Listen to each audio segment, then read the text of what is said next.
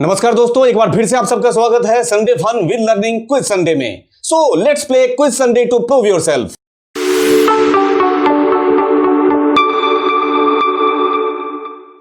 Question number 1 आज के quiz का ये रहा आपके सामने। Which formula return innocent if the value in cell B6 is 29? और आपके ऑप्शन है ए और के साथ है, इफ के साथ है, एंड बी सी है B6 इक्वल टू 29, या डी मुझे पता ही नहीं है। और क्वेश्चन देखिए, और साथ के साथ मैं आपको बता देना चाहता हूं, जब भी मैं क्विज लेके आता हूं संडे को, बगल में लैपटॉप लेके बैठा कीजिए, क्योंकि रहता है क्विज क्वेश्चन लेकिन सारे प्रैक्टिकल बेस्ड क्वेश्चन होता है, तो आपका फर्ज बनता है लैपटॉप लेके बैठे हैं और साथ के साथ 15 मिनट की कहानी, 10 मिनट की कहानी निपटा लें, फिर तो पूरे दिन फ्री, जो करना है करिए। आपका टाइम स्टार्ट हुआ अब। ध्यान से देखिए, और एंड ए बी सी इन तीनों में से होगा, डोंट नो तो हो ही नहीं सकता है, ऐसा थोड़ी होगा आपको पता नहीं होगा, सब पता है आपको, इतने सालों से मेहनत किया है, क्यों नहीं पता होगा। आपका टाइम ओवर हुआ और अब मैं आपको आंसर स्क्रीन की तरफ लेके चलता हूं। उम्मीद है आपने आंसर सही किया होगा और यही आपका आंसर है, मैं जानता हूं। आंसर है ए इक्वल टू इफ के अंदर चलेगा और, ठीक है। अब मैं आपको क्वेश्चन नंबर 2 की तरफ लेके चलता हूं। ये रहा आपके सामने क्वेश्चन नंबर 2।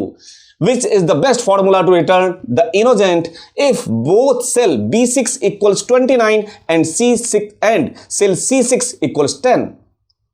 ठीक है, और आपके ऑप्शन है ए बी सी और डी आपके सामने। एक में एंड है, एक में इक्वल टू है, तीसरे में और चौथे का तो फिर से वही कहानी, डोंट नो। और आपका टाइम स्टार्ट हुआ अब। डोंट नो तो हो नहीं सकता, 3 में से एक है और आपको पता है आंसर कौन सा है।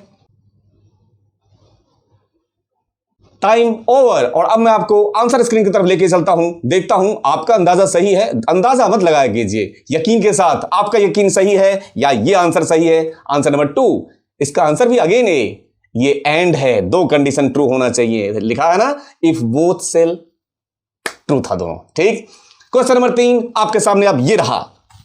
Which formula returns the value of cell C5 if this value is greater than 5? और आपके ऑप्शन है ए बी सी और डी आपके सामने। C5 equal to true equal to C5, या इफ के साथ C5 इक्वल टू 5, या इफ के साथ C5 ग्रेटर देन 5, या तीनों के तीनों आंसर सही हैं। और आपका टाइम स्टार्ट हुआ अब। यह तो बड़ा आसान है, कर लिया होगा आपने तो। C5 equal to 5 greater than 5, C5 equal to true equal to C5, ऐसे भी होता है क्या? चलिए, आपका टाइम ओवर हुआ। अब मैं आपको आंसर स्क्रीन की तरफ ले चलता हूं। इसका आंसर था सी। इफ C5 यदि 5 से ज्यादा हो तो C5 के लेके आओ, नहीं तो 0 लेके आओ। क्वेश्चन नंबर 4 अब आपके सामने ये रहा।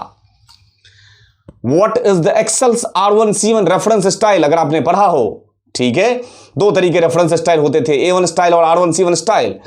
तो what is the Excel's R1C1 reference style? इनमें से R1C1 रेफरेंस स्टाइल कौन सा है? A reverses the usual row and column order in references, for example A5 को 5A बना देगा, या B numbers both rows and columns on a worksheet instead of using numbers and characters, मतलब जो number और कैरेक्टर लिखा आता है ना A1 B1 C1, उसकी जगह पे नंबर्स आ जाएगा। तीसरा, मिक्स ऑल सेल रेफरेंसेस, हर एक सेल का एड्रेस को एब्सोल्यूट बना देगा automatically without the user having the manually apply absolute and cell reference. चौथा तो आपको पता ही है, डोंट नो, तो डोंट नो मत लगाइएगा कभी भी, आंसर 3 में से ही एक होगा, 100% है, ठीक। और आपका टाइम स्टार्ट हुआ अब।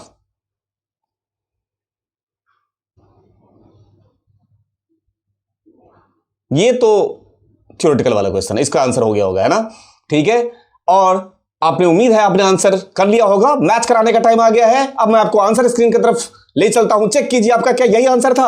आंसर होगा B, numbers both rows and columns on a worksheet instead of number and character. Question number 5 अब आपके सामने ये रहा।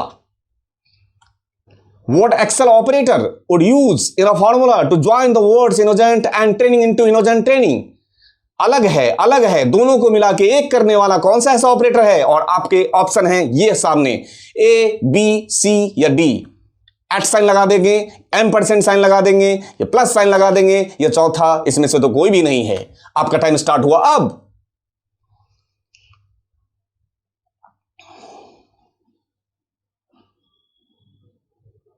हो गया होगा, बहुत पर डे का काम है आपका ये। अब मैं आपको आंसर स्क्रीन की तरफ लेके चलता हूं और मैच कराइए। आपका आंसर भी यही है जो सामने इसमें आंसर है। इसका आंसर है B, ampersand operator is used to concatenate several text string into one text string. Question number 6 अब आपके सामने ये रहा। Excel's calculation is automatic by default, which would change the calculation method to manual। बहुत काम का कि ऐसा कौन सा इसमें से मेथड है जो मैनुअल अप्रोच में कन्वर्ट कर देता है कैलकुलेशन को। बाय डिफॉल्ट ऑटोमेटिक होता है ना, जब भी आप कुछ भी लगाते हैं फॉर्मूला लगाते हैं ऑटोमेटिकली हो जाता है ना। इसका ऑप्शन है आपके सामने ए, F9 की प्रेस करने से आ जाएगा। बी, ऑप्शंस में जाके जो हमारा डायलॉग बॉक्स ऑप्शन होता है उसमें जाके कैलकुलेट ऑन डिमांड कुछ होता होगा। C, open the options dialog box, tools के अंदर होते हैं options, choose the calculation tab and toggle on manual calculation. Calculation वहां पे होगा उसको मैनुअल में कन्वर्ट करने की जरूरत होगी हमें। या चौथा, फिर वही कहानी, हमें कुछ नहीं पता है सर, हम तो ऐसे ही क्विज खेल रहे हैं। और आपका टाइम स्टार्ट हुआ अब। फास्ट फास्ट फास्ट फास्ट, इतना टाइम नहीं, क्विज मतलब क्विज होना चाहिए। डन। इतना टाइम कहां होता है, देखते हैं एसएससी वगैरह के एग्जाम में कहां टाइम होता है। उम्मीद है आपने आंसर अपने मार्क कर लिए होंगे और मैच कराने का टाइम आ गया। आंसर अब आपको मैं आंसर स्क्रीन की तरफ लेके चलता हूं। इसका आंसर है C, open the options dialog box, tools के अंदर ऑप्शंस होता है, वहां पे मुझे कैलकुलेशन होगा ना उसको मैनुअल में कन्वर्ट करना होता है। वहीं से मैनुअल में लगा देंगे तो आप कुछ भी करेंगे मैनुअली काम कर सकते हैं वहां पे। क्वेश्चन नंबर 7 अब आपके सामने यह रहा। When is it important to be mindful of absolute versus relative versus mixed addressing? और आपके ऑप्शन है ये, when using Excel's alternative R1C1 reference method, when copying a formula, C, when writing Excel macros, या D, when deleting a formula। इसमें से सबसे important क्या ध्यान में रखना जरूरी है जब आप एब्सोल्यूट, रिलेटिव और मिक्स्ड रेफरेंस के साथ खेल रहे हो? बताइए आंसर। और आपका टाइम स्टार्ट हुआ अब। हो गया होगा इसका आंसर अगर आप पर डे इसके खिलाड़ी बने हुए हैं तो। अपने आंसर मार्क कीजिए। मैं आपको आंसर स्क्रीन की तरफ लेके जा रहा हूं, मैच कीजिए कि यही आंसर है या आपने गलत आंसर दे दिया या मेरा गलत है। आंसर है इसका है B, when copying a formula. जब आप फॉर्मूला को कॉपी करते हो तो आपको इन चीजों का, ये जो रेफरेंस वाली कहानी है उनका ध्यान रखना बहुत ही जरूरी है, बहुत इंपॉर्टेंट सेल रेफरेंस टॉपिक है। क्वेश्चन नंबर 8 अब आपके सामने फिर से लेकर आता हूं, ये रहा। What is the syntax for referencing a range in a different worksheet in the same workbook? Syntax क्या होगा?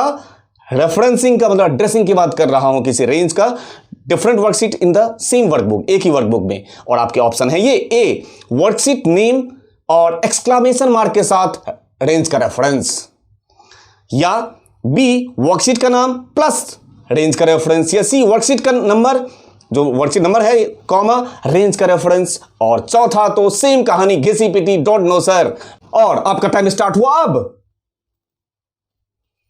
ये तो बहुत यूज करते हैं लेकिन आप सीट करते टाइम ध्यान रखते हैं नहीं, वो पता नहीं। वर्कशीट और वर्कबुक रेफरेंस तो बहुत काम का है।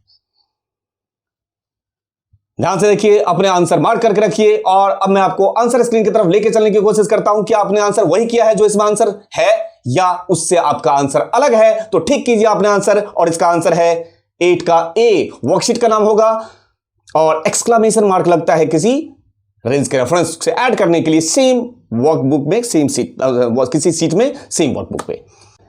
क्वेश्चन नंबर 9 अब आपके सामने ये रहा। What is the syntax for referencing a range in a different worksheet? नहीं, यहां वर्कबुक वाली कहानी है और आपके ऑप्शन है ए, बी, सी, डी हमने रखा ही नहीं क्योंकि डी में डोंट नो होता। ठीक है, ए, वर्कशीट का नाम, सीट नेम, एक्सक्लामेशन और रेंज का रेफरेंस। फॉर एग्जांपल इस स्टेप से आप पास करते हैं, ये वाला ब्रैकेट रखेंगे, क्या वर्कबुक के लिए ऐसा ब्रैकेट हम यूज करते हैं? बी, कर्ली ब्रेसेस यूज करते हैं। सी, सीधे एक्सक्लामेशन के साथ कॉमा यूज करके हम कर लेते हैं, या डी है ही नहीं। तो इस बार तो 3 में से आपको आंसर देना। आपका टाइम स्टार्ट हुआ अब।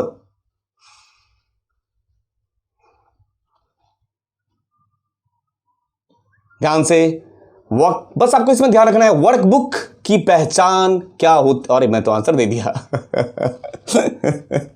ठीक है, आपका आपका टाइम स्टार्ट नहीं हुआ, खत्म होने का टाइम हो गया। ठीक है, अपना आंसर मैच कराइए, मैं आपको आंसर की स्क्रीन की तरफ ले चलता हूं। आपका आंसर है ए, वर्कबुक, सीट का नाम, एक्सक्लामेशन और रेंज का रेफरेंस। इस स्टेप से पास करते budget.xls, जो फाइल का नाम है, मार्केटिंग और जो भी उसका रेंज होगा उस रेंज को पास करेंगे। इस क्विज शो का आखिरी क्वेश्चन, 10वां क्वेश्चन अब आपके सामने ये रहा। Excel includes the logical function and or not, ये सारे लॉजिकल हैं। What is the result of this formula equal to and 1 5, 12 24, 15>30। ये एंड लगा हुआ है, इसमें से आंसर क्या है? ए true, B false, see the function is invalid as written and should be written like this, और डी फिर मैं बोल रहा हूं डोंट नो, नहीं होना चाहिए इसलिए जानबूझ के रखा ही नहीं है। और आपका टाइम स्टार्ट हुआ। अब जल्दी जल्दी आंसर, ये तो बड़ा आसान है, चुटकी वाला खेल। और आज का क्विज खत्म।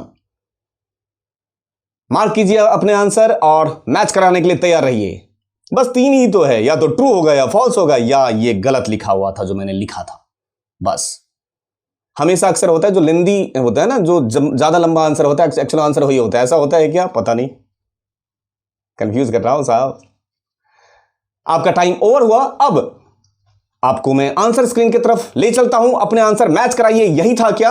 इसका आंसर था ट्रू। जब सिंपल एंड चलेगा और अंदर में आपने सिर्फ कंडीशन पास किया, तो सिर्फ ये इफ के साथ थोड़ी लगा हुआ है कि आउटपुट दिखाया गया है, तो बेचारा बता सकता है एंड और क्या कर सकता है? सिर्फ बता सकता है कि ये जो कंडीशन आपने पास किया है, ये जो लॉजिक आपने पास किया है, वो सही है या गलत है। उम्मीद है आपने कुछ सीखा होगा आज के क्विज से, और अब आपसे मैं फिर से मिलूंगा अगले संडे। तब तक के लिए stay home, stay safe, thank you.